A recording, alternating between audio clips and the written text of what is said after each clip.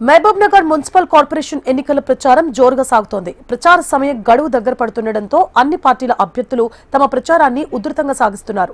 Municipal corporation పరిధిలో హేమాహేమీలు తలపడుతున్నారు. మొత్తం ఉన్న 60 డివిజన్లలో సగానికి పైగా డివిజన్లలో హోరాహోరీ ప్రచారం జరుగుతోంది.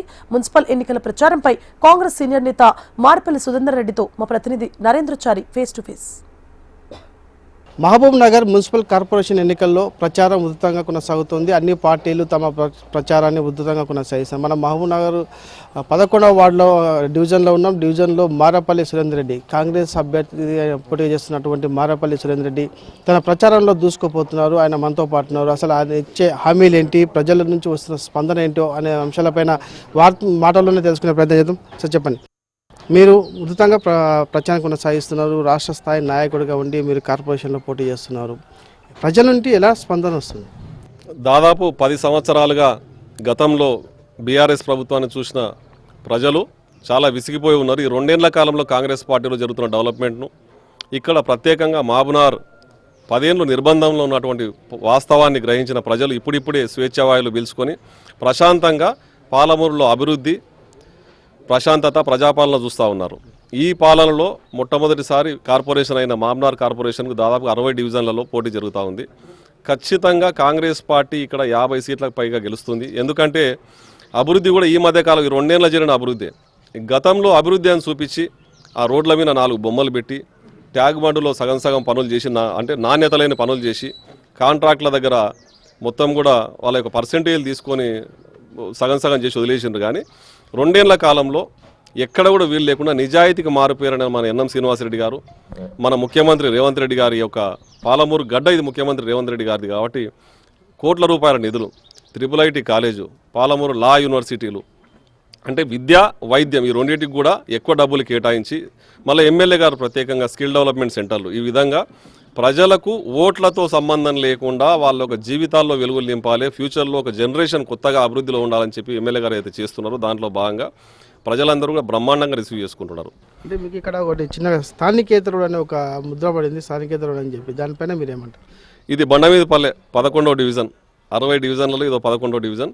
బండమీదపల్లె ఆడ మీరు ఎదురుగా కనిపిస్తున్న ఇల్లు నా ఇల్లు, నా సొంత ఇల్లు, మా నాన్నగారు కట్టించిన ఇల్లు. అప్పుడు ఉద్యోగరీత్యా, వ్యాపార రీత్యా దూరం పోవచ్చు. ప్రతి ఒక్కరం కూడా బార్డర్లో పనిచేసేవాడు కూడా బండమీదపల్లెకి వెళ్ళిపోయి బార్డర్లో పనిచేస్తాడు. స్థానికేతరుడు అంటాము మనం. మేము కూడా ఉద్యోగరీత్యా, వ్యాపార రీత్యా బయటకు పోయి ఉండొచ్చు. కానీ భగవంతుడు ఇక్కడ అంటే ఈ మట్టితో నాకు ఎంతో అనుబంధం ఉంది.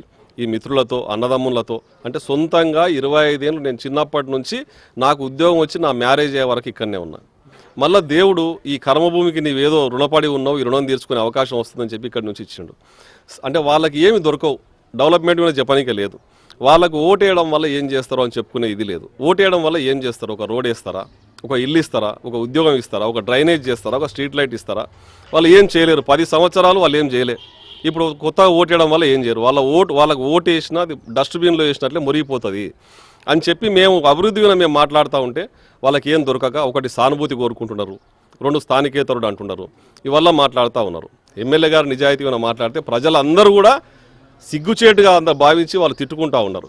ఎమ్మెల్యే గారి నిజాయితీ ఉంది కాబట్టి ఈరోజు కూడా ఎమ్మెల్యే గారు గవర్నమెంట్ జీతంలో ఇన్స్టాల్మెంట్ పెట్టుకొని ఒక స్కార్పియోలో తిరుగుతూ ఉన్నాడు.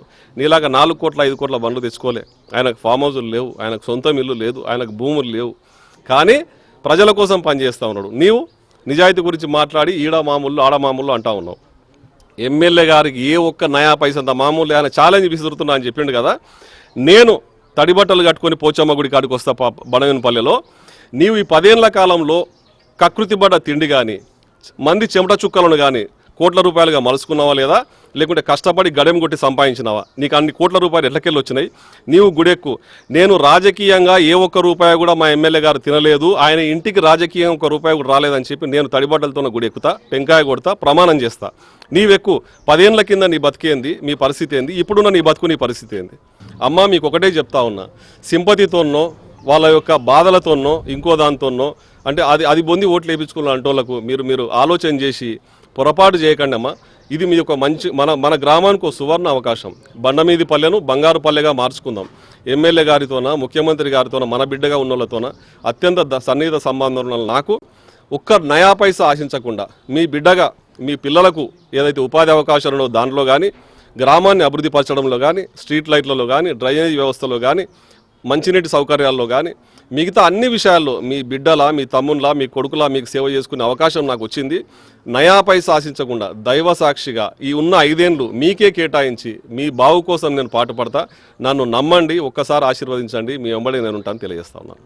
రైట్, ఇది మన 11వ డివిజన్ నుంచి పోటీ చేస్తున్న కాంగ్రెస్ పార్టీ సీనియర్ నాయకులు మారేపల్లి సురేందర్ రెడ్డి చెప్తున్న మాటలు. ముఖ్యంగా చూసుకున్నట్లయితే మాజీ మంత్రి శ్రీనివాస్ గౌడ్ సవాల్ విసురుతున్నారు. ప్రజాధనం కొల్లగొట్టావని చెప్పి తాను నిరూపిస్తాను, ఒకవేళ నువ్వు అది కాకపోతే ప్రమాదానికి సిద్ధమా అని చెప్పి సవాల్ విస్తున్నావు. దీనికి సంబంధించి కూడా రాజకీయ వాతావరణం మాత్రం మహబూబ్ నగర్ మున్సిపల్ కార్పొరేషన్లో వేడెక్కిందని చెప్పక తప్పదు. హోరాహోరీగా ప్రచారం అయితే కొనసాగుతున్న పరిస్థితి మహబూబ్ నగర్ మున్సిపల్ కార్పొరేషన్లో కొనసాగుతుంది. ఇది తాజా పరిస్థితి. Srinivas నందాచారి, HM TV, Mahabub Nagar.